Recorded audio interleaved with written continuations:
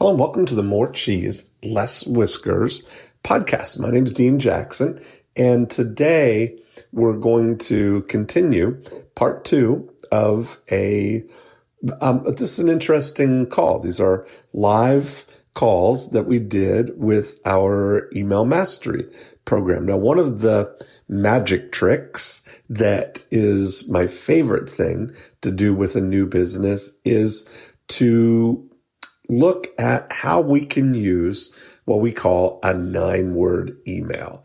And the 9-word email, the original 9-word email, was simply sending an email to your unconverted prospects and saying, are you still looking for a home in Georgetown? Or are you still planning a trip to Israel? Or are you still looking for a yacht? Just checking in with somebody who's been 60, 90, 120 days or more outside of opting in to your list.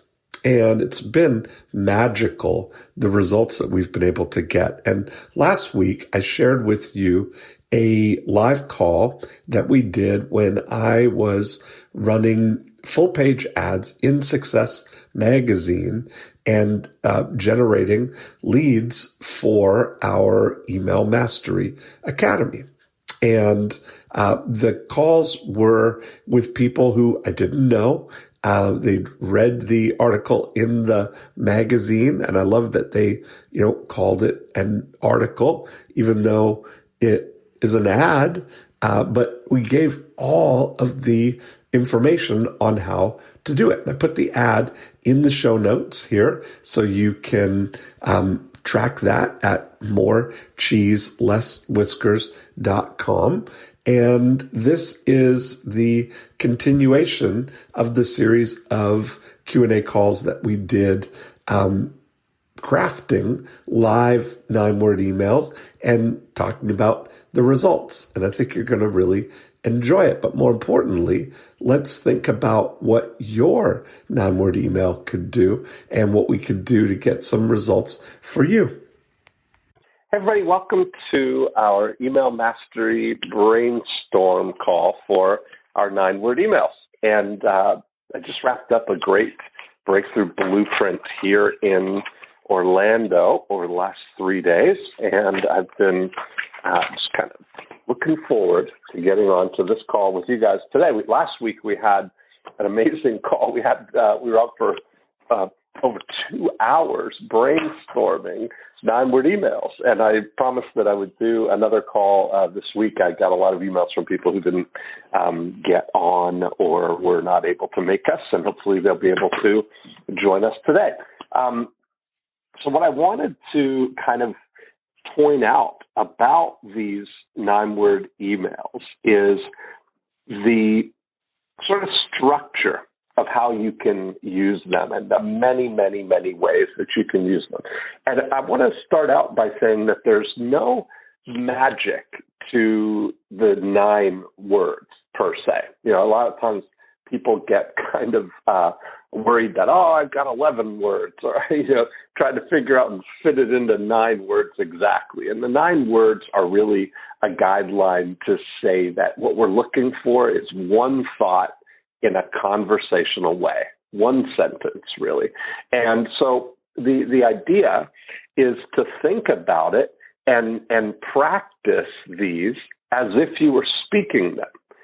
The great metaphor that I use, or the great example that I use, is if you went into Starbucks and you saw somebody that you recognize in line, and you just went right up to them and said, are you still looking for a house in Georgetown? That sounds like a conversational type of approach that you would have to start a dialogue with somebody. And the important thing is that it is a dialogue. That's what we're looking for here, is we're looking to engage in a dialogue that is back and forth, not just a monologue, not just you sharing and shouting information to people, but you engaging in a dialogue, one person at a time.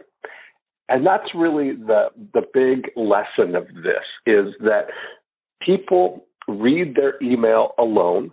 They don't gather around with other people and read your email or listen to somebody recite your emails. It's a very, very personal and intimate form of communication because you're really communicating one person at a time, even though you're sending out perhaps thousands or tens of thousands or even hundreds of thousands of emails. You're looking for that kind of a connection that people feel like he or she is talking directly to me. And when we say conversational, when you ask somebody a question, it's almost impossible for us to ignore that. Like it would be rude, if you imagine in conversation with somebody, you use that Starbucks example. You walk into Starbucks and you see somebody and you make eye contact with them and then you say, oh, hey, are you still looking for a house in Georgetown? And you don't say anything else. It would be very, very awkward for them to maintain that silence without responding to you, even if it's to say no. So you look at the reason that these emails get such high response is because it feels and looks and sounds and is an email intended for one person to start that dialogue. So that's the essence of it here. And so part of the deployment of that is to look back at the leads that you've already generated, the ones that you have in your, that you already have their contact information. They may have inquired about something 90 days ago or months ago or last year, whatever it is. You've got this asset of people who at one point were interested enough in whatever it is that you do to leave their name and their contact information with you. So you've got that going for you in that they volunteered this information because you offered them at one point something that they were interested in. And that's why when we use the words, are you still interested in? Are you still looking for? Are you still? The important thing is that is assuming that they were looking for it, that that they were looking for it at one point. So that is going to anchor somebody back to that thing. Now, one sort of advanced thing that you can do is if you can go back into your email threads, if you've actually had a dialogue with somebody about something, if you can go back in your Gmail or back in your Outlook or whatever email client you use, and you can pick up the last thread that you had with them, if they got a price quote from you, or if they inquired about the availability of something, or they asked you some question leading up to something and then things fizzled off or it died out. That, if you go back and you can pick up that email thread on the note that it was kind of left, that is really a magical thing too, because now people can look back and they immediately anchor back to what it was. And a lot of times it really is that people just get busy, that people get busy doing other things, or, something happened and they weren't able to take action right then. But as time goes by, now it may be the perfect time that they're ready to re-engage. We find this all the time. I mean, I'm sharing these things with you, and this is something that we use every day. We use this for all kinds of things. We have a business called 90-Minute Book, and we help people write books and get their first lead generation book written and published and out into the world as an incredible lead generator. But we'll, as part of our course, send people, part of our regular course of action, send people emails that will say, are you still interested in writing a book? And now, towards the end of the year, we'll send things with a time element to it and say to some people, if they've been in a dialogue with us in the spring or over the summer, we'll send an email to them and say, hey, John, would you like to get your book done before the end of the year? So now we're coming towards the end of the year here. This is perfect timing for you to, if you have something that there's some kind of timeliness around or some reason that somebody might like to get it done or get something handled or get engaged with something before the end of the year, that's a great time for you to send an email like that. Hi, John, would you like to blank before the end of the year? That's a great model that you can use. So it's not just about, are you still interested? There's also a great opportunity for looking forward with your prospects, that you've got the opportunity to introduce new things to the people that maybe you are already in contact with. You know, I think re-engaging with leads that you've kind of lapsed with or let them, they haven't been receiving regular kind of frequent communications from you, to go back to them with, are you still interested, is an incredible magic trick that you can do in your business. It can be a windfall for you. It's also a great way to jumpstart the communication with your list, because ultimately we want to get to a point where you're having regular, consistent communication every single week with the people on your in your world, all of your prospects, the people who are could be ideal for your business but have not yet taken action or not yet engaged with you or done whatever it is that you do. So we want to think about now, if you are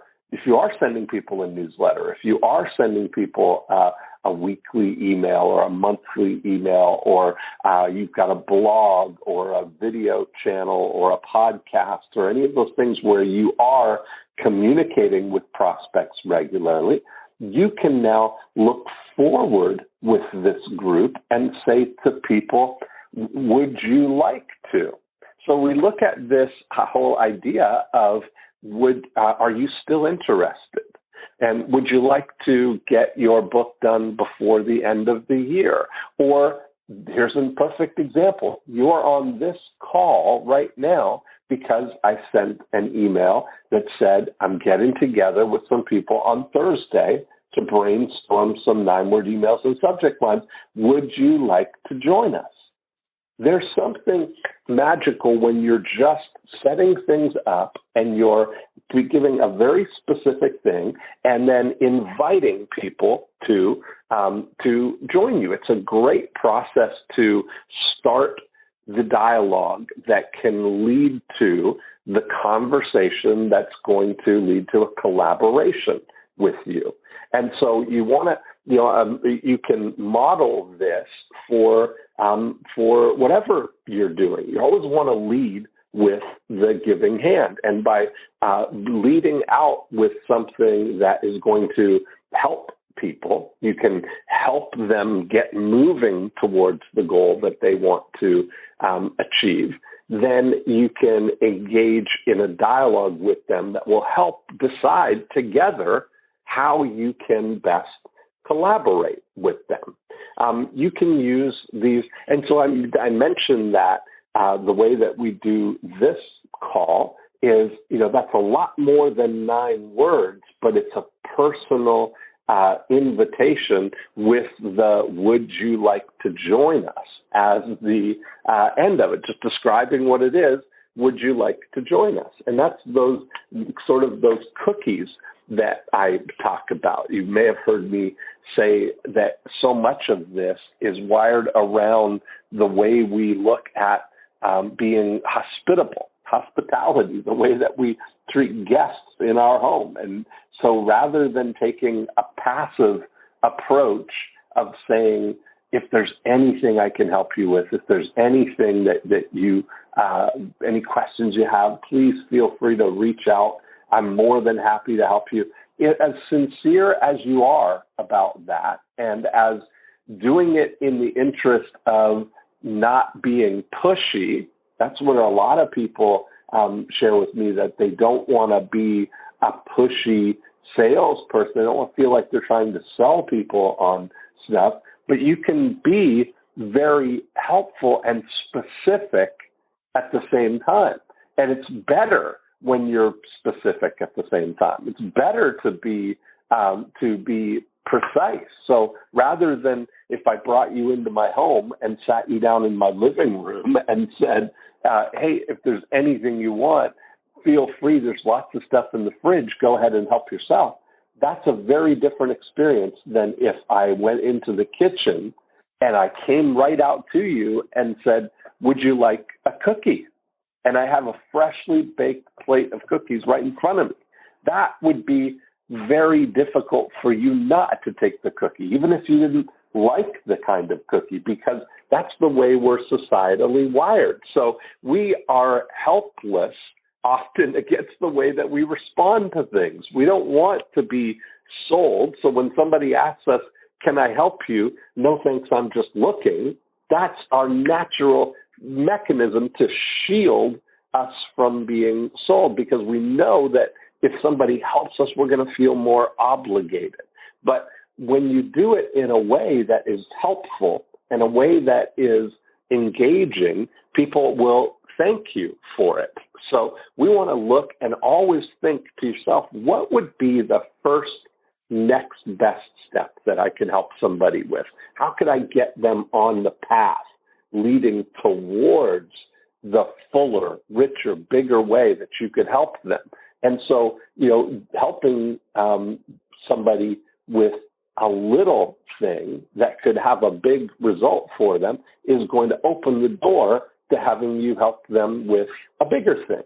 So I'm anxious to hear some of the different ways that we can brainstorm some 9-word emails for you. I've also got the call from last week that we've recorded, so I'll have lots of examples for you. We'll post up that call as well. But if you want to brainstorm or get some clarity around how we might be able to use it for your leads, you can press *6 on your phone. That will bring you into the queue, and I will brainstorm with you some ways to apply this or answer any of the questions that you have right now. So *6 on your phone, and that will bring you into the queue. So let's see who we've got here. Hello. Hi there, Dean. Can you hear me? Hi. I can hear you. Hi. Who is it? It's Marina. I'm actually a friend of Jamie Smart. Oh, awesome. Great. Jamie has been part of our email mastery program. He's wonderful. Yeah. He's told me a lot about you, which is basically how I came across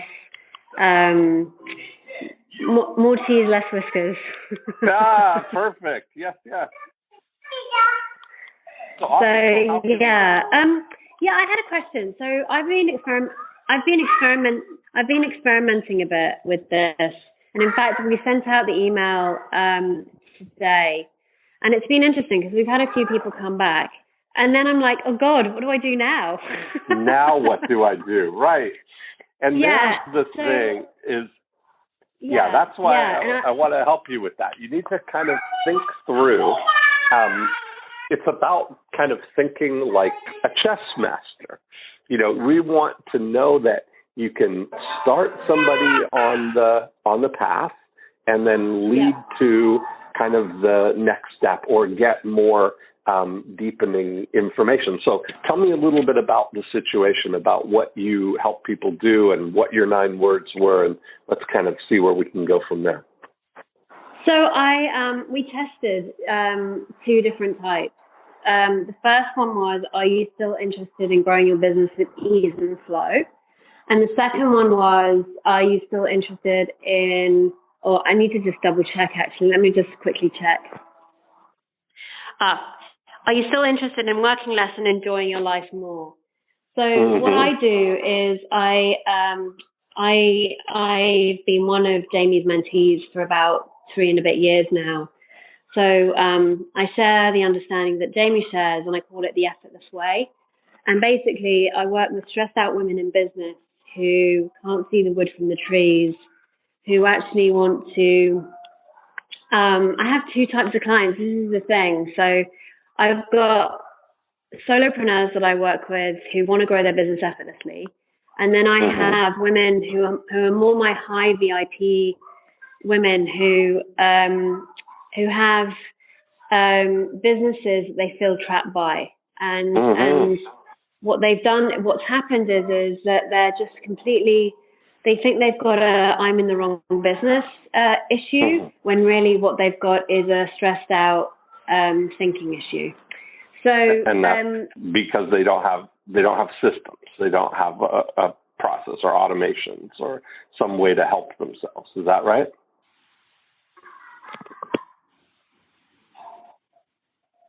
Or what is it that's stressing them out? Can you hear me, Dean? I can hear you, but you're kind of soft. Oh, so I can hear you much better now. Sorry. Yeah. So what do they think they're stressing them out? They think that the business is stressing them out. They think that their team is stressing them out. They think that the work that they're doing is stressing them out. They think that I'll give you an example. So I've got a VIP client that I'm working with, and she has an accountancy firm. And when I met her, she was thinking of just like, I just really want out. I'm just feeling really trapped by the business, because she was working really long hours. She was billing still, like she was doing sort of ongoing accountancy stuff. She was like working as if she was still a sole trader, even though she's got a team. And then when we met, we just stopped for a bit. She's like, okay, I need to take a breather. So she reevaluated what the problem really was, and which is that she completely lost sight of the thing that she absolutely loves to do, which is the consulting side. So she's ended up doing the accountancy side instead of the consulting side, which is the thing that she absolutely loves, because she's actually got an HR issue and an operations issue. So from feeling trapped in the business, she now is really excited by it all, because she's now going to be she's getting a new team member, and she's going to start focusing on the consultancy side and the educational side. So with the grounding and the logistical side, as I call it, that's how I can help her. I can help her with ensuring she knows where her stress is really coming from, which is her thinking. And then with the clarity that she gets, she's able to make decisions that are much more aligned to who she is. So, she'll make decisions like, well, that actually, I don't need to be doing that. I can be doing something that's far more leveraged and start, adding more value to the clients that I've already got, instead of like just doing the transactional actions that she's been doing up until now. Perfect. So, there's part of the situation is that what you're looking to do is, if somebody were to describe to you, like if they still want to grow their business, or the second one that you had was, what was the second downward email? To work less and enjoy your life more. Okay. Now, what part of these, part of the caution with sending these emails, like, are you still interested in growing your business? And then you had with ease and flow. With ease and flow, which sounds a little like you're planting seeds in their mind, right? As opposed to a neutral kind of statement, right? Where you're saying, like what I say to someone, are you still looking for a house in Georgetown? Is kind of the neutral thing. You're just kind of like a factual thing. Whereas what you're trying to you're trying to add some flourish to it in a way, right? Where it's now seems like it's a setup for something rather than engaging them in the dialogue? Or are you still looking for, are you still interested in systemizing your business? Or are you still interested in better outsourcing? Or whatever the way that person, what they think is going to be the way to help them out, would help to engage with them. But now the next step of this is to know where this is going. So, for instance, if you if you say to somebody, "Are you still interested in systemizing business, or outsourcing, or cutting your work week," or whatever the natural kind of statement is, and they say yes, because most of the time when people reply, it will be sort of a soft answer, because they don't know whether you're actually talking to them yet. Usually it's like the second or third email that they'll kind of open up. And so if you say to somebody, after they respond, to say, I'm getting together with some people on Thursday to brainstorm or to share some simple automation strategies or some outsourcing strategies, something that would seem like something that they could use right now in their business, and inviting them to join you. If you're sending to a lot of, you've got a group of people that you can send something like that to. Or if you're engaging with them one-on-one, how would you, what's the result that you would like to have happen as the end of this exchange? You just got to know where you're going. And then I wanted to create, my intention was to create a sort of a 12-week sister mind group, which is basically in a mastermind.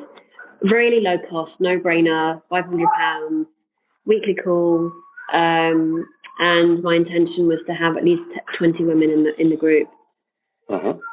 And is this a new program? You've not done this one before? Yeah, no, I haven't done this before. No. Okay, so that's perfect. So that's where, and this is, I call that the opportunity to do like a pilot program, where you're doing something for the first time. You've got the opportunity to you don't have to kind of, there's often an opportunity in that. Like the first time that I did our email mastery class, it was a pilot program, because it was the first time that I had done it. So you can present it like that, like you're doing, you're creating case studies as you go. So if you're saying it, part of the advantage is that you're doing a small group of people, that you're going to be able to work sort of closely with them, use them as the example, and build the course around them as you go. So you can even be upfront and sort of transparent about what you're doing. So you could say to them, "Listen, I'm starting a new program next month, and here's who I'm looking for." So you're saying, and Jamie has done exactly this with his Glasswing program. Yeah. So he would share with you how that works, I'm sure. But that is when you say, "This is the person that I'm looking for. These are the parameters. If you this, if you this, if you this, if you this," then just respond to the email and say, and put whatever your, whatever you could call yours Project Freedom or something that sounds like it's what those people would be really looking for. And, it is. Yeah. And create a great group like that. How many people do you have that you could invite like that? How many people are on your prospect list, let's say? I've got about I don't know, 2,000 maybe, but I've I've changed so much over the years, Dean. Like I've gone from X to Y to Z to D to P, and I've now found what I really, I really want to work with women in business, and who are can't see the wood from the trees. That really is that for me is really the thing that brings those two groups that I talked to you about together. Mm-hmm. Regardless of whether they're growing the business or regardless of whether they want out of their business. Right, because most of it, and they don't. It's not looking at it. You don't have to give up growing your business in order to simplify it. It's actually the opposite. You have to simplify it to grow. That's the profound. Yeah, so I'm wondering whether the question I could ask could be related to both of those women, like rather than. Singling one out, the question I ask could be, I really like what you said. Are you still interested in cutting your week or cutting your hours in the week or something like that? Because actually this is what it comes down to, because most of the women I speak to say, I have no time. And actually that's a symptom of stress, actually, when they've got so much going on in their heads that they think it's an issue of not the amount of time that they have, but actually it's about quietening their mind to actually have more time and to make better decisions. Yeah, absolutely. So that's what I would focus on, is that since you don't have that product yet, what you want to do is create this as you go, that you've got the opportunity to do it as a case study program. And right now, there are people among the 2,000 that you have that know you, that are that like you and would love to take, that would be a small, to get 20 people out of a list of 2,000 would be, I'm sure they're in there. There are people who enjoy hearing from you and enjoy everything that you say. So just starting a dialogue with them. This is part of the thing, is that you're just looking to make it easy and effortless for yourself as well. And right now, as you're going, you want to start. Well, that's the truth, right? So I mean, I'm sharing with you that the part of what you get to do, and when I'm saying this to you, but everybody on this call listening right now is in this same situation. This is a category of situation where you've got a list of people right now, you've got some result that you want to help them create, and you want to package a program, you want to package a delivery of that, and you can do it as a pilot project, because once you document everything that you've done, the implication, I think, of saying that you want to work with people as part of a pilot program and create case studies and document, the truth is that they're going to get more of your best effort now, because you're over investing in this group to create the program that's going to be easier for you to invite future people to, Yep, absolutely. So my question there would be, Dean, the 9-word email, because I've got some responses, but it might be useful for us to just play around with this anyway. So even if I've sent that out today, and maybe we're going to look at the results tomorrow and see if anybody opened, if more people opened and so forth. Yeah. What do you think might be another 9-word email that we could play around with? Well, then you might do the, would you like to join us? Would you say, I'm getting together with some people on Thursday to share some simple strategies for streamlining their work week, or something that's an immediate payoff, that there's a payoff for doing it that's in the realm of the bigger body of stuff that you're going to be able to help people, just to gather the people who are interested in having that type of a conversation with you. Cool. But initially, what I wanted, because I know that you said that the emails that I told you about that we've sent out, they had some sort of, if based on what I've shared with you, would an email like this, are you still interested in cutting your work week? Would that be something that you would, okay. Well, if you've had some conversation with them about cutting their work week, so part of the thing is that it's relevant and they were interested in it, right? So if you're a real estate agent and they came to your real estate website and you say, are you still looking for a house in Georgetown? That's relevant and real. With our 90-minute book business, if I say to people, are you still interested in writing a book? That's completely a match to it. But if you haven't had that conversation with people before, then you could start off with that, with saying what it is. I'm getting together with a small group on Thursday to talk about this. Would you like to join us? So you're sort of introducing the idea that they would like to come. And then when this is where now 90 days from now, when you're doing round 2 of this, you'll be able to go back to the people who said, I would like to join you, but didn't. And then you can say to them 90 days later, on the same thread that they responded to, are you still interested in whatever it was that they told you that they were interested in? Okay. Does that make sense? Yeah. That makes sense. So I think that's great. And then you can engage in the dialogue with those people and have them share, ask the questions that are going to help you really create the best opportunity to help people. Yeah. And I guess I love it. You've got a great opportunity there. Okay, wonderful. Thank you, Dean. Really appreciate it. Thanks, Marina. Hi. Hello. Hey, Dean. It's Jason in Ottawa. How are you? Jason in Ottawa. I'm wonderful. How are you?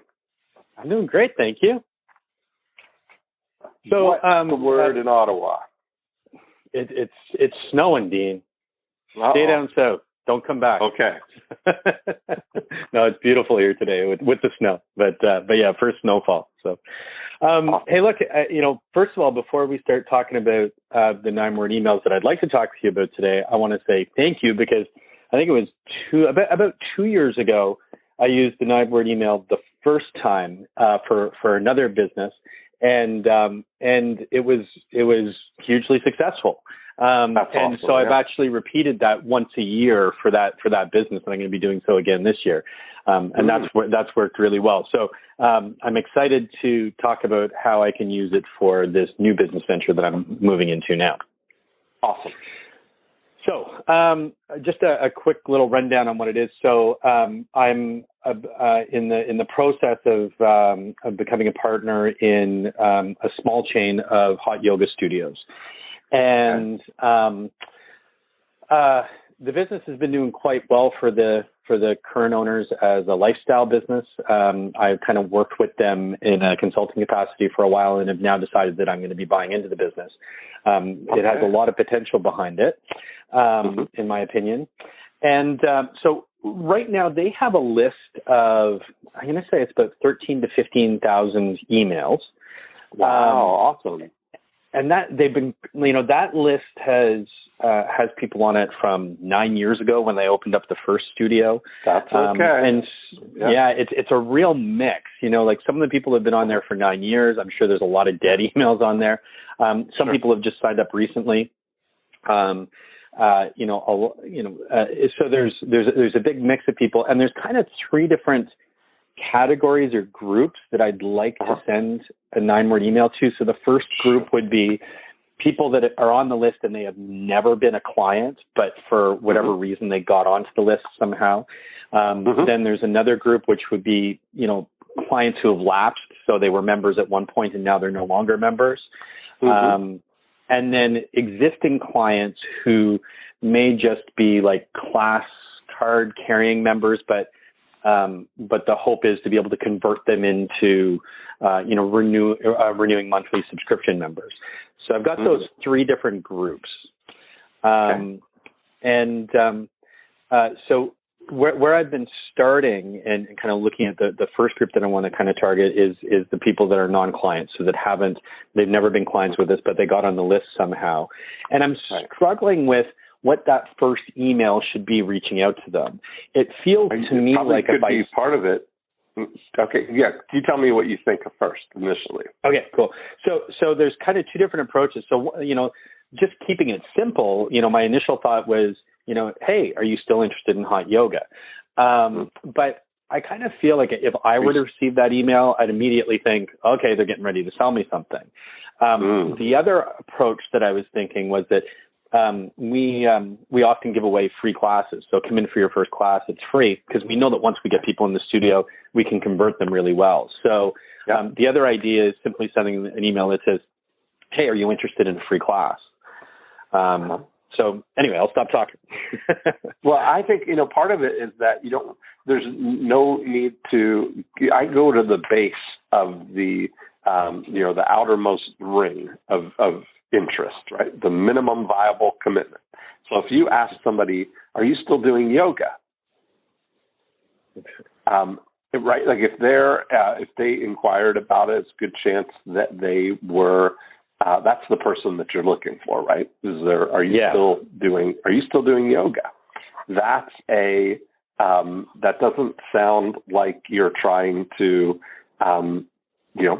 set anything up. That's a pretty neutral thing. If you recognize, if you were working the front counter and somebody came in and you have this recognition that you remember that they came in and you saw them in Starbucks and you just saw them in line and said, oh, hey, are you still doing yoga? That's a pretty reasonable thing, right?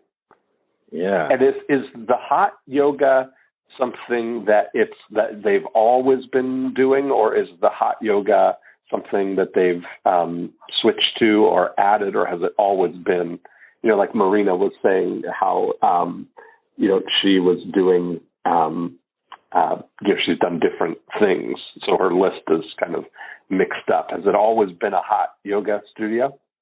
It has always been a hot yoga studio. One of the things, though, that was not the case early on, but now is the case, is that the studio has really differentiated itself by almost becoming like a spa in addition to being a yoga studio. So it's like when people in town think about the studio, it's the studio that's impeccably clean, feels like you're walking into a spa. Even if you weren't to go in and do yoga, if you were to just go in and hang out, you'd walk out feeling good just because of the atmosphere. And so it kind of has that kind of feel to it. That's more recent in the more recent years, but they've always been an exclusively hot yoga studio. Okay. So I think that's a good start. That's as neutral as it gets. Are you still doing yoga? And then when they respond, yes, you could say something, you could engage like that and say, wow, I know, because if you're going back to people who've been several years, that you could say, we've done, a lot of changes over here. We want you to come in and take a look, but to offer you a free class.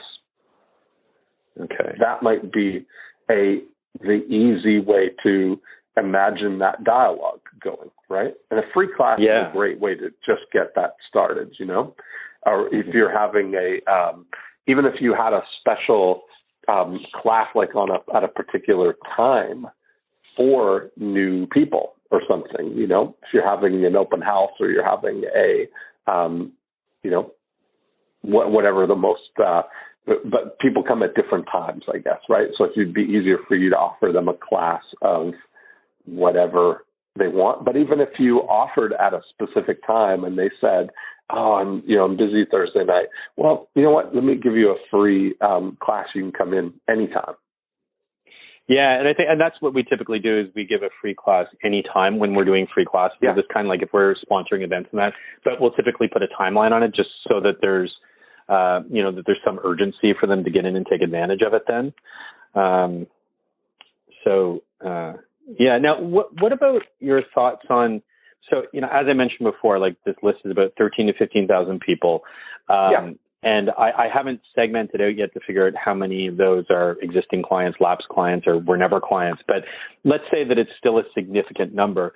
Do you recommend like testing this in smaller batches? So like if I were, let's say it ended up being 6,000 people, test it with 100, then 1,000, then all of them, or how would you divide that absolutely, up? I would. Absolutely. Because the worst thing you want is, and I've had people do this where they'll send out an email to thousands of people and then they get hundreds of responses and they're scrambling trying to respond to everybody. So yeah, it's very easy to send out I think you'd be safe to send out 500 or 1,000 and see how many responses you get and gauge how those responses go, because you want it to be sort of timely, right? You want to they respond and then you're going to respond to them. All right, cool.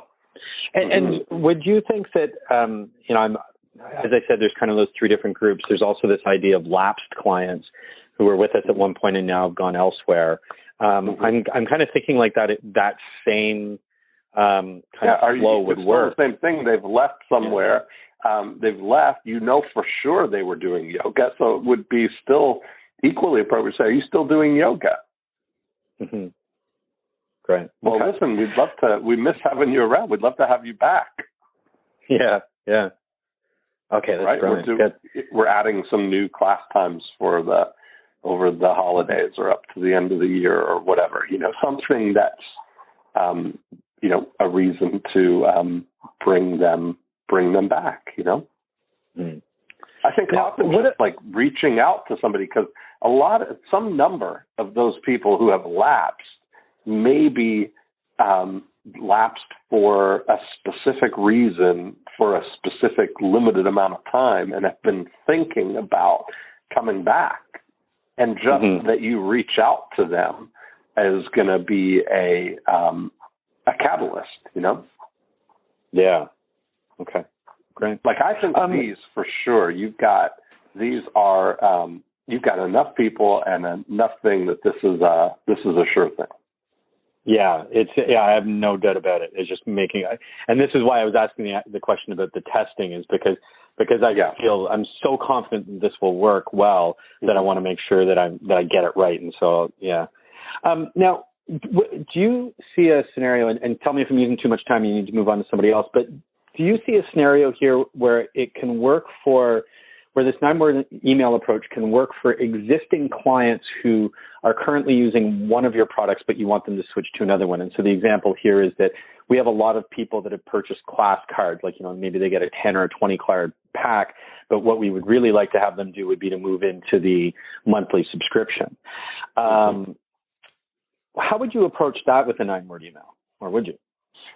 I might have a subject line that said, your membership, and then saying, "Hey, Jason, I know you're doing we're offering some new membership programs for the new year," and explain to them, just maybe the logical thing of what's, because would it be better for them?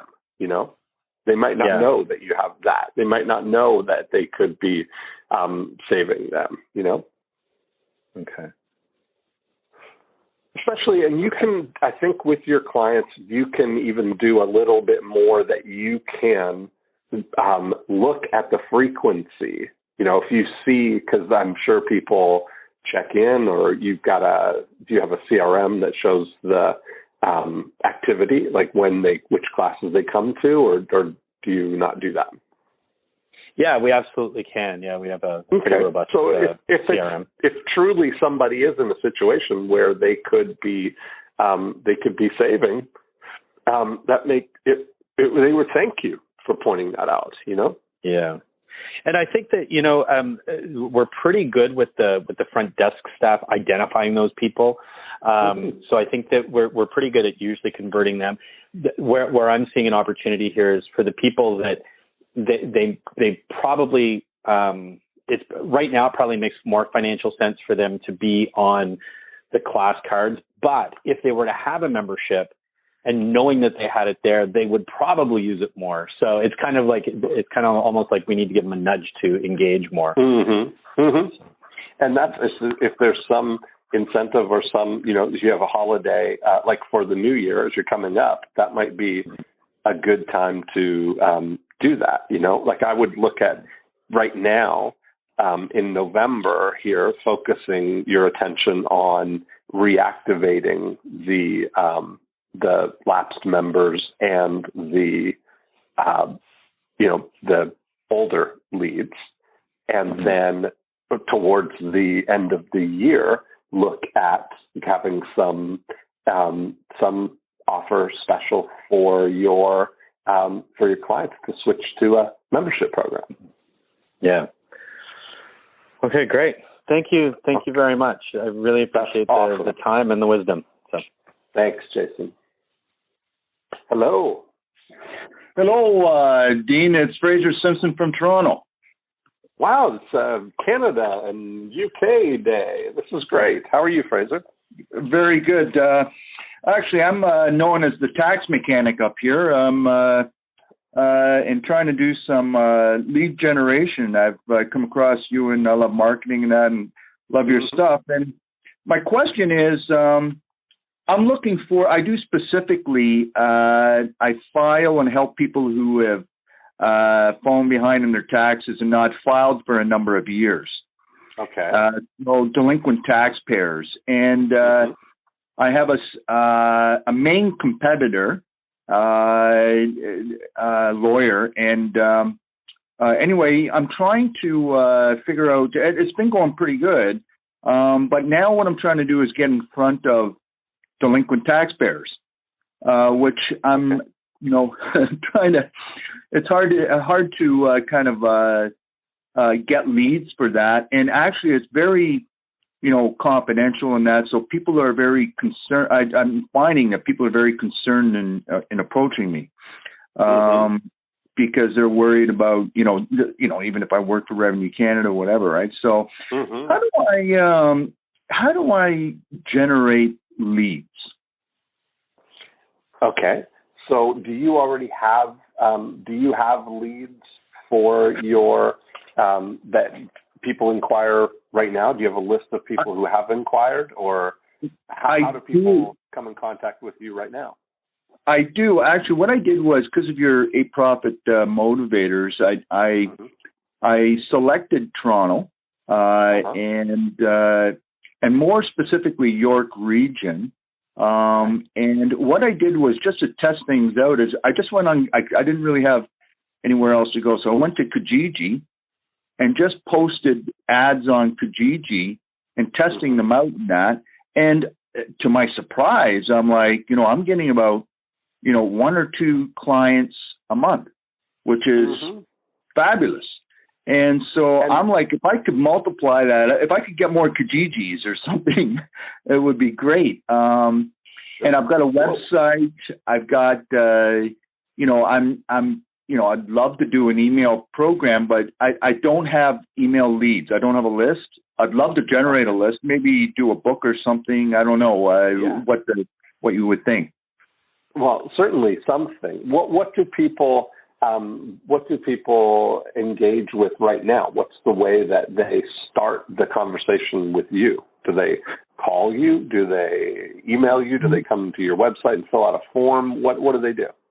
Actually, what they do is from Kijiji, for example, they'll text me and say, almost always it's the same thing. They'll say, I have a tax problem. My name is John. Can you call me? And then, so I'm having a confidential call with them. And what I'm trying to, and I'm very good at actually, I'm almost 100% closer. So as soon as I get on the line, I go, John, I've been doing this for 30 years. I have my whole shtick, and, come and have a coffee with me. And as soon as they get into, have a coffee with me, it's done. They like me, they trust me, and it works out great. So, the Kijiji thing is very comfortable for people, because it's kind of a go-to for people on certain problems, right? So now I'm thinking, if I could get I'm just trying to, I would love it. Like I hear you guys talking about email lists and that. I'm like, wow, I would love to generate that. Yeah. And I know that they're out there too, because my main competitor, he's on radio, buses, and everything. Like there's a huge, huge market out there. I just got to get in front of them somehow without, spending gazillions on radio marketing now, right? Sure. Yeah. If they're, when you're looking at, you've been doing this so long, and you, like you're saying, you've got the conversation here that if I were to invite you on a radio show and say to you, okay, we got 1 hour you're the only guest and everybody listening has a tax problem, what would you be able to share with people that would maybe ease their minds, that would give them hope, that would make it feel like, oh, it's not so bad? I mean, what's the tone? You've had enough of these one-on-one conversations that you know for sure what people are feeling, and you're able to kind of ease their minds, right? Like you said, when they feel comfortable with you. Yeah. Yeah. Well, actually, 1 hour show radio with you would be ideal. I would knock it out of the park because what I do, my competitor, what his shtick is, he scares everybody and says, Revenue Canada is at your door. They're hiding in the bushes. They're coming to get you. But I'm the opposite. I'm like, you know what? I've worked with Revenue Canada for 30 years. They're nice people. You just have to work with them. So I take a non-adversarial approach. Yeah. And I say to people, too, I go, the situation's never as bad as you think it is. First of all, let's find out what the situation is. You may not even know tax. Who knows, right? So I can go through that. I'm an expert. I'll minimize it. I'll figure out what it is. And if it's, say, $100,000, then, pay the $100,000. If you can't do that, pay it in payments. Your problem solved. But at the end of the day, and then they talk about bankruptcy and that, I go, I've never once had a client go bankrupt. I've always worked out something with Revenue Canada. So after after an hour with you, you would feel comfortable that, I'll take a non-adversarial approach. We don't have to go to court. You don't have to transfer money to your spouse, all this crazy stuff. Basically, what I do is I have contacts with Revenue Canada, and I call them and I say, listen, I got an anonymous taxpayer here, and here's the situation. He's going to file his returns, and he's going to make a small payment here and make a payment arrangement. Bob's your uncle. And, people are it's great success once I get the clients and go through the process with them. And even explaining that process, that's what gets them in the coffee shop. They're like, okay, this guy can give me my dream solution. I don't have to fight with Revenue Canada. Just give it all over to Fraser and it's done. And it is done. Yeah. So that would be the thing is a book would be the perfect thing for you to get people. There's a guy in the States here called Dave Ramsey. Have you ever heard of Dave Ramsey? He wrote a book called Financial Peace. And he's got the second largest radio audience in the United States. The guy has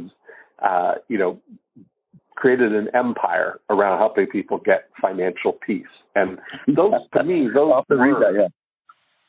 words are the best words that I've ever heard regarding money for the person who's in some stress financially, And so he helps people get out of debt, stay out of debt, and build wealth, And so what I would challenge you to do is to think, you've got the content for sure.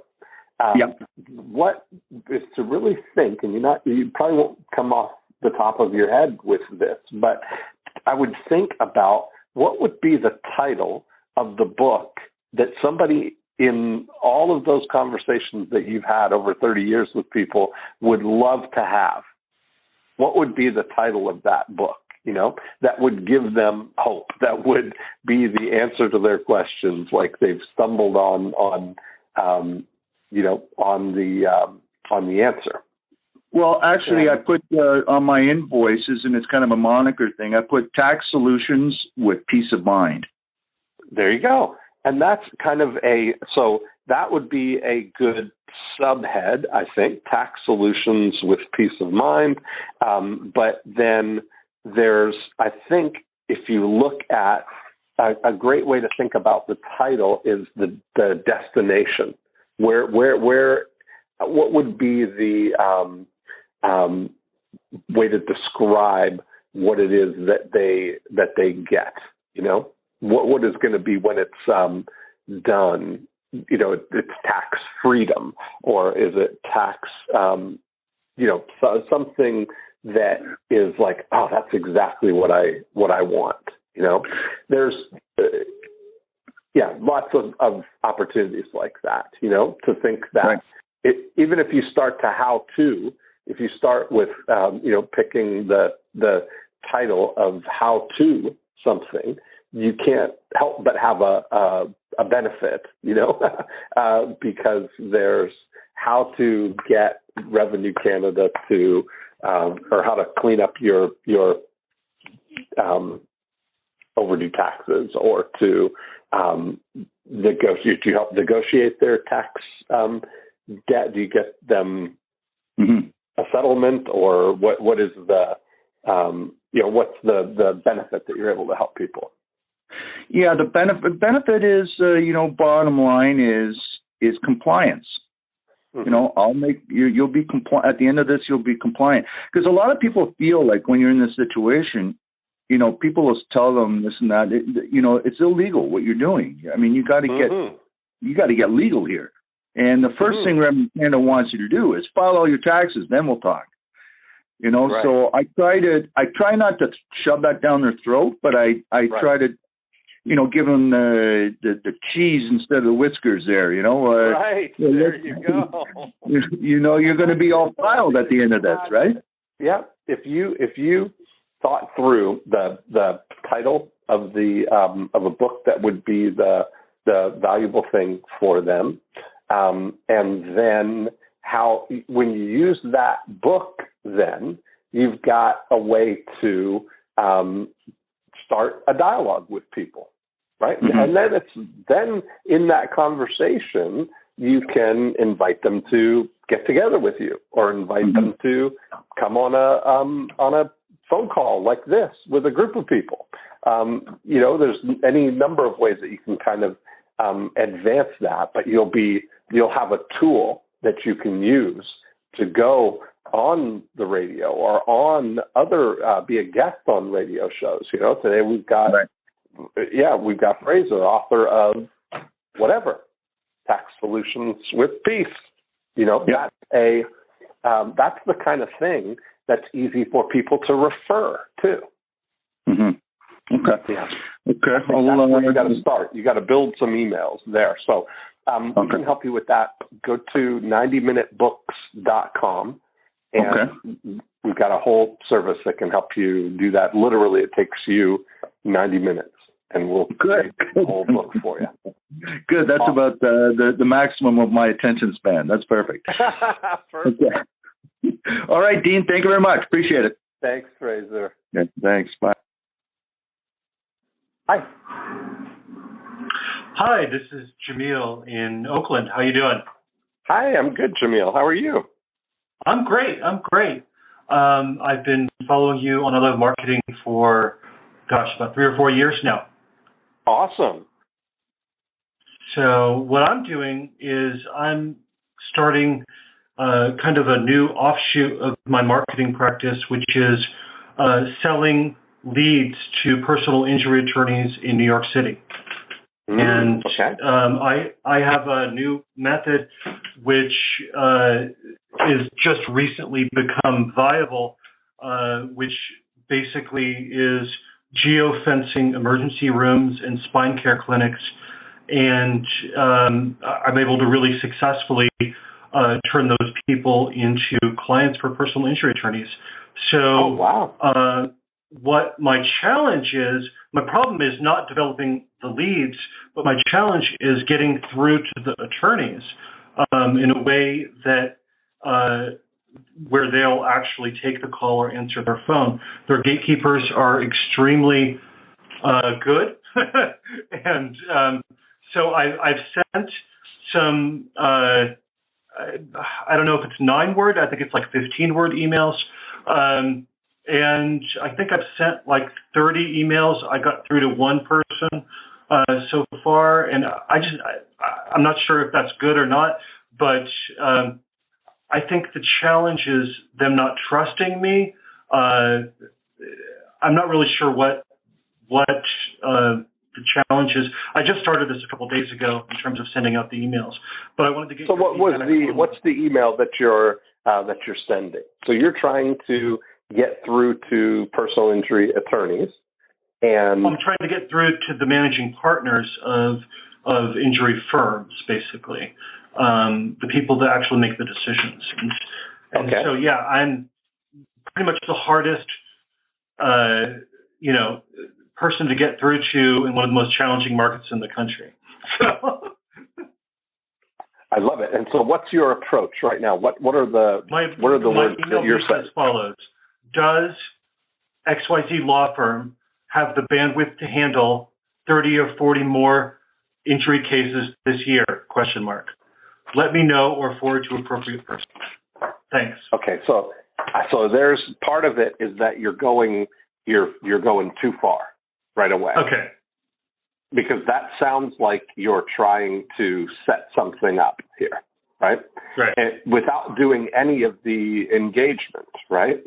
You're not starting out with like the one phone call or email that they would 100% receive is you calling as a new client, potentially looking to see if they will take on your case. Right. They would 100% welcome your call, and every person on every department, on every telephone in that building would be accommodating to make sure that you get directed to the right person if you are calling in with a new case. Got it. You agree with that? I agree with that. Absolutely. 100%. Because every person on every level of that business is 100% authorized to bring money in to the business. Mm-hmm. Okay. So when your first email to somebody is, can you handle 30 to 40 cases? That sounds like it's coming completely out of context and out of left field, right? Uh-huh. It sounds like you're making a big promise to get into the conversation. Mm-hmm. And that's true. I pretty much am, yeah. Yes, exactly. And you're thinking like, surely they'll take my call if they think that I've got 30 or 40 cases, but they're trained litigators and they're trained to detect what Jerry Spence would call the thin clank of the counterfeit.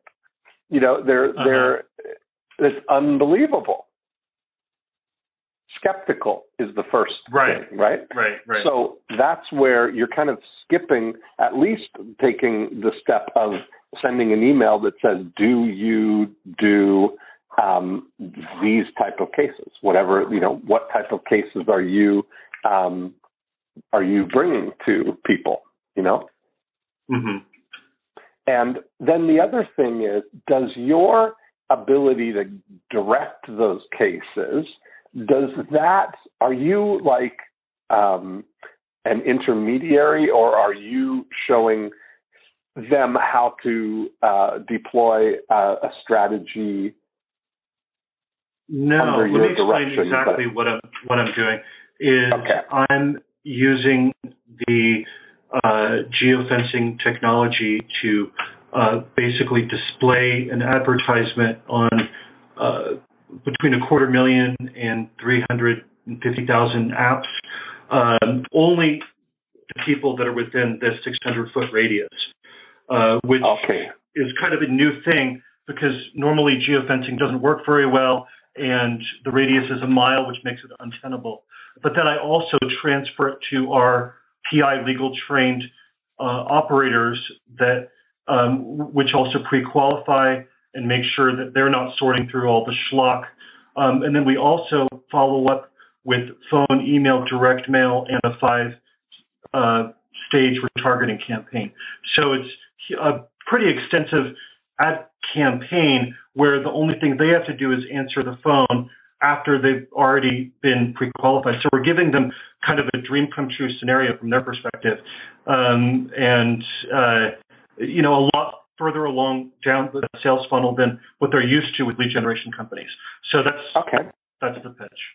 So I think that you would be able to get right to the right person with no delay and in a timely manner if you had somebody standing by that you're looking to connect them with right now, right? So I think that, does your method depend on, do you have to have the name of the law firm or whatever? Like, are you generating the initial contact with the potential client? Are you generating that sort of as a third party or anonymously, or do you have to have the law firm? Well, the strategy I have right now is all of the content is custom created for each individual law firm. So, in other words, I'm doing like a 90-minute book for them in addition to different things, which I am canon cloning to a large extent. But yeah, I don't necessarily need the law firm, but I think it would be. I don't like the paradigm from lead generation companies whereby the relationship is built with the lead gen firm or with an anonymous entity, and then it needs to be rebuilt when the when the lead is handed off to the firm. And so I wanted to provide a lot more of a better transition there than people are used to. So. Okay. And so it doesn't necessarily need to be that way. I think that's great. So I think that would be your great way to do it, is to have a person, to generate a conversation, somebody that you're ready to refer to somebody, and use that to start the conversation with the appropriate attorney. And if you're saying, telling them, describing what kind of what the situation is and what the case is, and can I introduce this specific person to you? That would be received very differently than, do you have the capacity for 30 or 40 extra cases? So you're starting it one at a time, and now when that is good, he's saying, you know what? Here's how we're doing this. I'd love to send you some of these every month. So are you suggesting that I do the first one for free? I would say, how much do you, how are you charging for it right now? It's between, per call. So everything is on call tracking, and the calls are immediately routed to an agent that has a script that pre-qualifies, and then they're hot transferred to their office if it's during business hours. Otherwise, it's they receive the call via email, or the person calls them back during business hours and then transfers it to their office. Okay. And so, and you charge them on a per call basis, not, I don't know what the rules are in California or whatever. You're not taking a referral fee or a percentage or anything like that. No, I charge them on a flat per call basis that is in three buckets. It's between for 2 calls a day, it's $200 a call, and it goes down to $125 if they do 10 calls a day. Okay. And how much does it cost you to generate a call? Well, I can't really talk about that exactly over the phone because I've agreed not to in writing. Okay, I understand, but less than that. Well, so I guess my point to you is that rather than you're going to I call it taking like a pharmaceutical approach, right? Where you're, rather than investing your money in advertising, trying to convince somebody to give you money to run the ads to get people, is just spend that money to run the program to get the people and use that to open the relationship. That's so much more, especially if they're if you're going to open somebody up to a long-term relationship. That's always the that's the more cheese, less whiskers approach, Yeah, I agree, Gina, that's ideal. But kind of my challenge is getting started is we're bootstrapping this. Well, that's what I'm saying is you're going to spend more. My thing to you is that you've told me that you sent 30 of these, but you're not getting the response back. So I'm saying you're going to spend the time. It's going to take you far more time and resources to convince somebody to give you money to do it than it is if you took and bootstrapped a little bit of money to get the result and use that to open the doors. Guarantee you wouldn't have to call 30 people to get somebody to take a real case from you. Right. Absolutely. So no, in the end, I know that you're right. I just have to figure out, how to. Right. And it's always, that's the thing. It's like, that's my, there's episode 82 of I Love Marketing is called of the one about getting results. And it's, it's talking about that method of using the question of what would you do if you only get paid if your client gets a result? And that whole thing will kind of help your mindset through this, Episode 82. I know I've listened to that. I've listened to 1 through 150 for sure. So, well, there you go. Cool. Awesome. I think that's great. The answer. You're find one, and then the doors are going to open for you. Great. Well, I appreciate your time. This is awesome. Okay. Thank you. Great. Okay. Take care, Dean. Bye. Thanks, Jima. Okay. Last question. This should be a good one. Hello. Hi. Who's this? Dean, this is Scott. Scott. And where are you calling from? I am calling from the Mid-Atlantic, let's say. Okay, the Mid-Atlantic. Okay, perfect. Well, I won't waste anybody's time, but I would like to. I'm trying to find a job, and so I'm one of these classic guys who doesn't get the marketing. I'm one of these guys who I'm like, I think I'm the best at what I do. How do I get my big break? And so I built myself a little spreadsheet of. I'm a landscape designer, so I built myself a spreadsheet of guys who are 45 minutes away. And I've been calling them.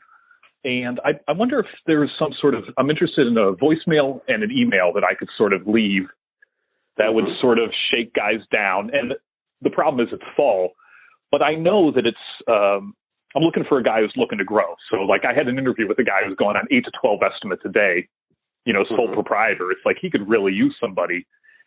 But so as usual, there's always, a gotcha. So my gotcha is I don't have a vehicle. So I'm looking for a guy who's got a truck and has capacity and has interest.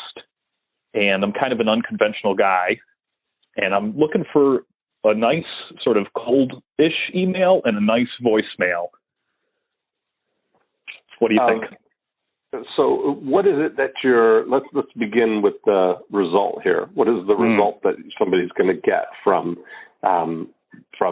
you? What's the outcome that we're looking for? So I had this fantasy that I could be, like a freelance designer and, I'd listen to, all the entrepreneurial stuff. And finally, I've come to the realization after struggling with my subconscious for a full however long that, that whole deal of what one thing on your list could you do that would cross everything off? And so I'm looking to basically hire myself a good boss. Okay. So that's the end. That's the end.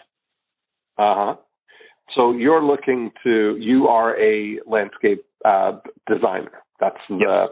So do you do And so what would be the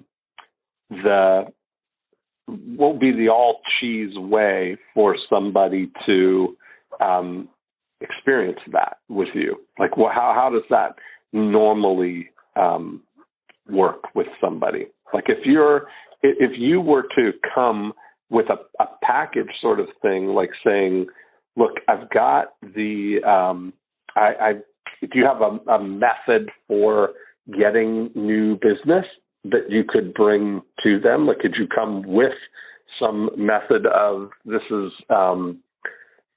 how we can get more jobs, or what would be, how can you add value to that person? Like, what's their win, you know?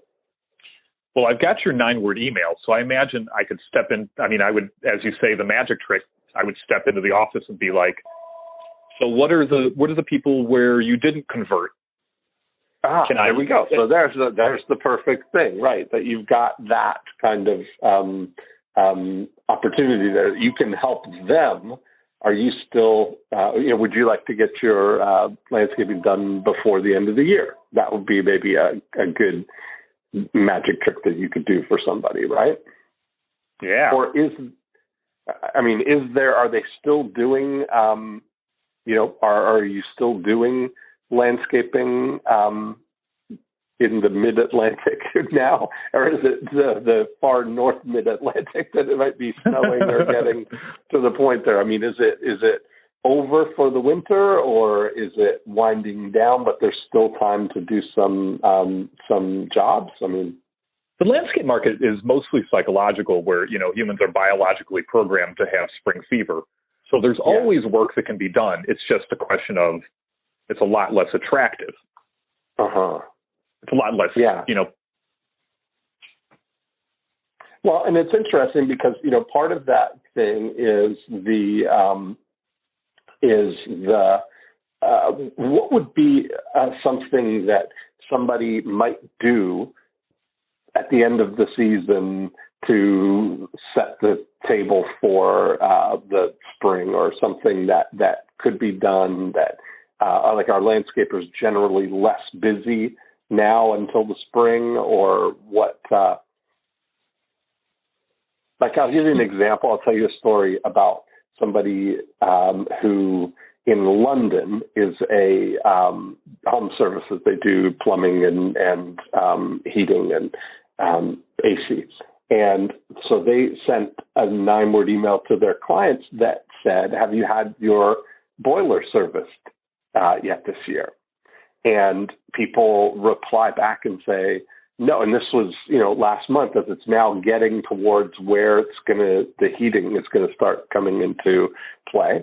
And when they said no, then they would email back to them and said, well, we're scheduling boiler inspections, for over the next, October and November. Would you like us to add you to the list?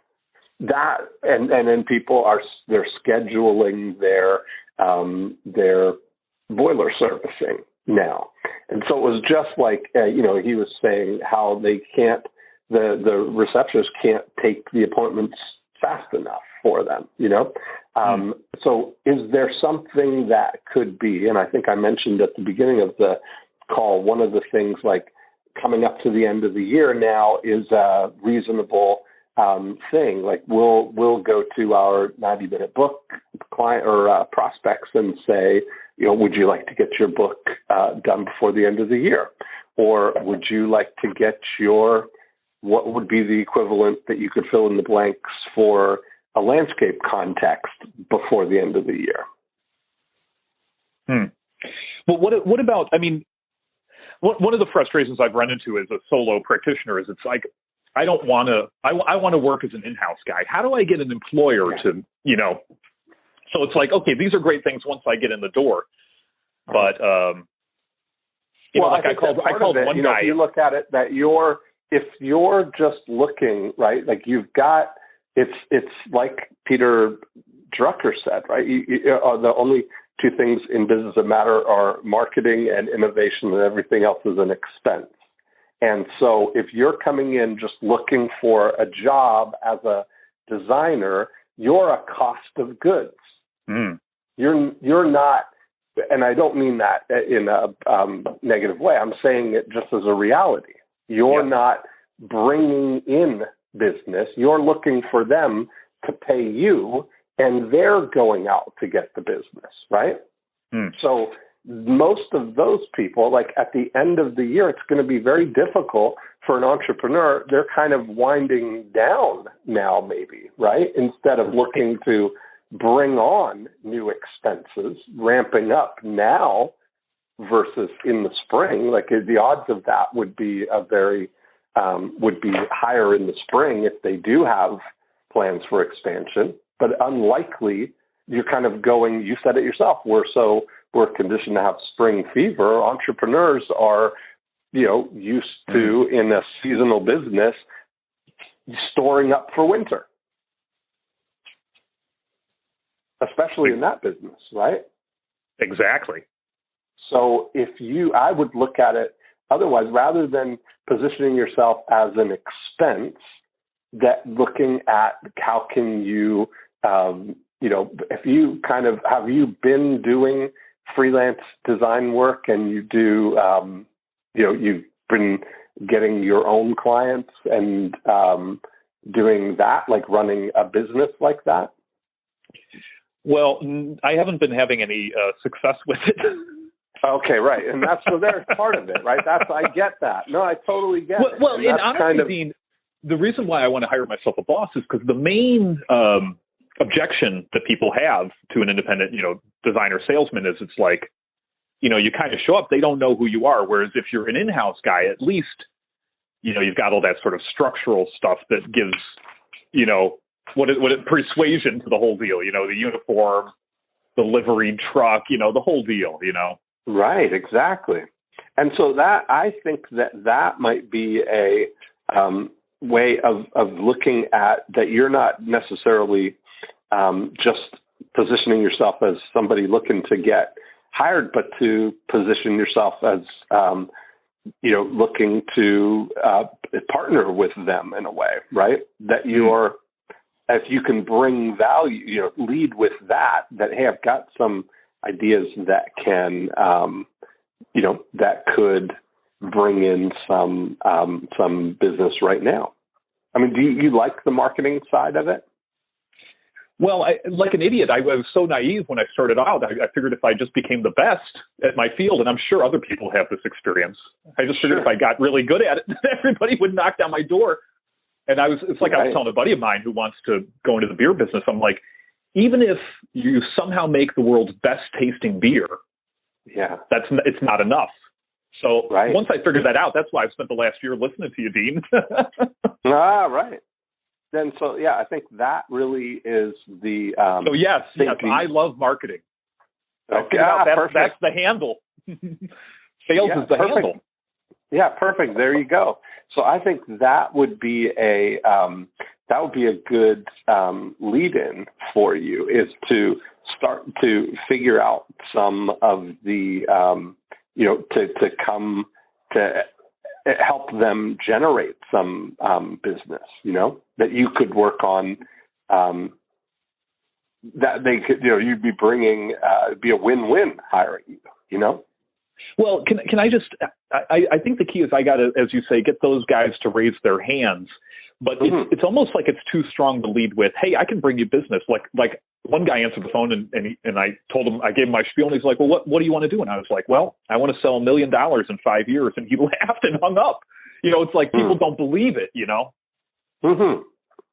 So you can call it, but I mean, the thing is that if you start with, just like we were talking about with Jamil, that you can't start out that big, it sounds to, most of the time people are used to exaggerated claims, right? But again, you wouldn't have any problem getting through to the right person if you were calling right now for them to come and do a job for you. So, part of that is, I think if you positioning that way, that really helps, No matter what. I mean, it's like it's like the old Zig Ziglar say, you can get anything you want in life if you help enough other people get what they want. Right. Right.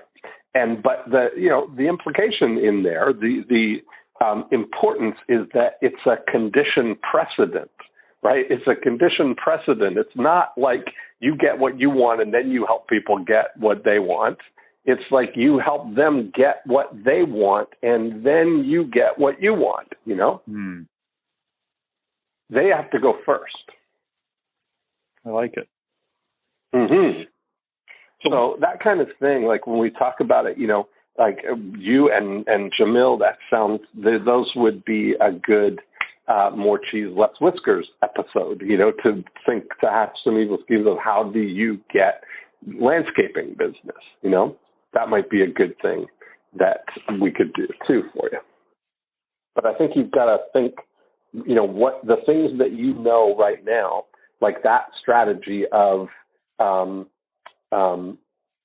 thinking through what would their clients be? Do you have any friends in the industry who are, do you know people who would be a good fit to work with? No, because otherwise I'd be working for them. I gotcha. Okay. Yeah. So I think that's part of it is you've got to meet those people, right? Mm. Yeah. Mm. All right. So any suggestions on what? Yeah, go ahead. I was just going to say that your ability to, identify potential new clients is going to be a win for you. Right. Yeah. Okay. Well, it's yep. Good. Thanks, Dean. No, I was just going to say, look, we go to morecheeselesswhiskers.com. There's a button or a link on the page there that says be a guest, and let's go through that, and we can record an episode because that's more than the context of what we're working on right now, but we could in an hour expand some great ideas through that. All right. So how about a 9-word email for a potential boss? I think it doesn't necessarily even have to be a 9-word email. I mean, even if you were, what would be the equivalent of, do you do birthday parties, or what's the type of jobs that you are best at doing, to start that conversation, I think. I love it. Dean, thank you. Okay, you're very welcome. Thanks for calling in. Okay, guys, there we go. 90 minutes.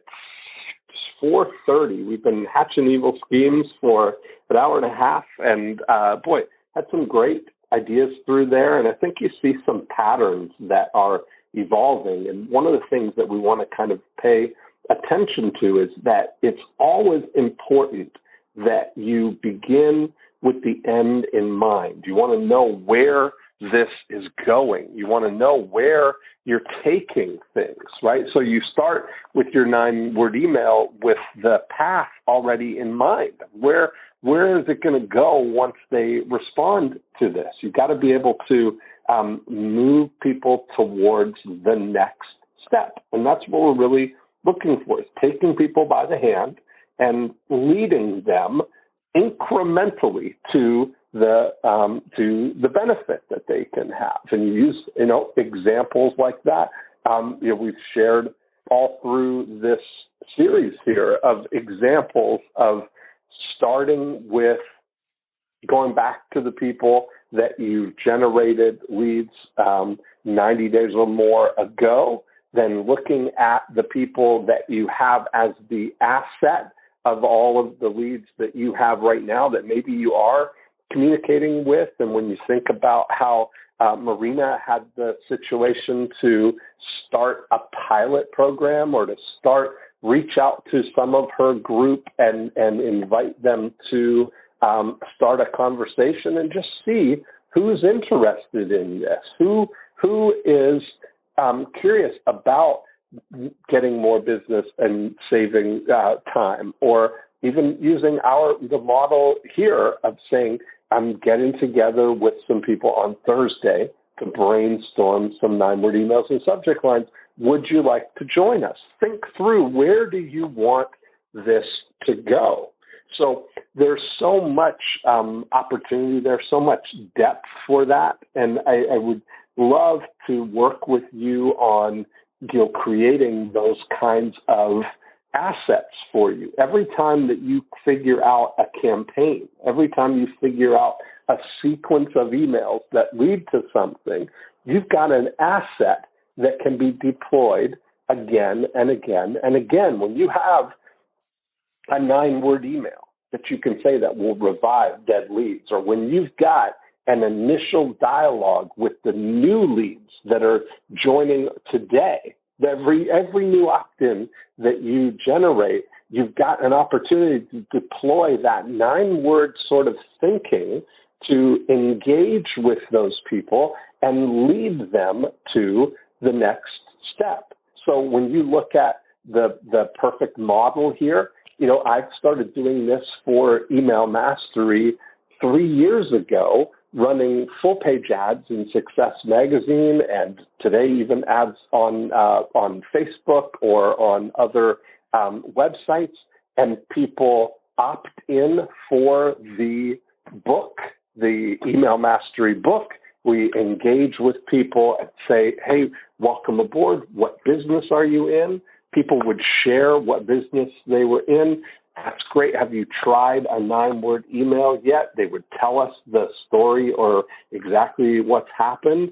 And then I'm getting together with some people on Thursday to brainstorm some 9-word emails and subject lines. So each step along the way, we're engaging deeper and deeper. And hopefully we're evidencing that this email approach of being conversational, of compelling people to leave their name and email, using conversational dialogue emails to convince them to answer any of the questions that they have, find the 5-star prospects, deepen their conviction that you know what you're talking about, that you can help them, and then offer to collaborate with them. So that path of compel, convince, collaborate, that's where we're going. So you don't need to jump too far ahead. You start with where you are. You start with engaging people in a dialogue. So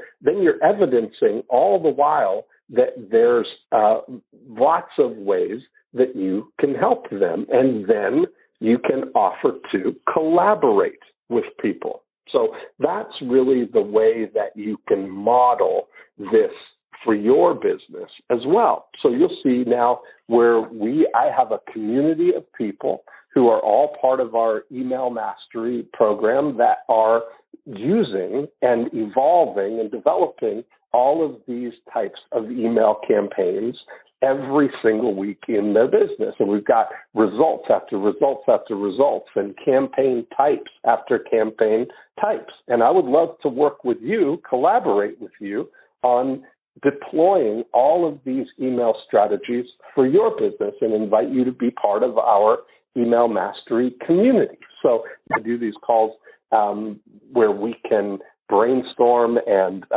work through email campaigns just for you. Now, over the last few years that I've been doing this, I've created modules and training programs and exact word-for-word email templates and dialogues that you can use and model for your business, for everything from starting a new mastermind group, to having a event, to re-engaging with dead leads, to reviving those leads, to engaging in dialogues with the new leads that are coming in so that you're engaged in converting more of those leads, the new ways to every week when you're communicating with your clients to generate more leads from the existing communications that you're already having, whether it's an announcement for your podcast or a weekly email newsletter.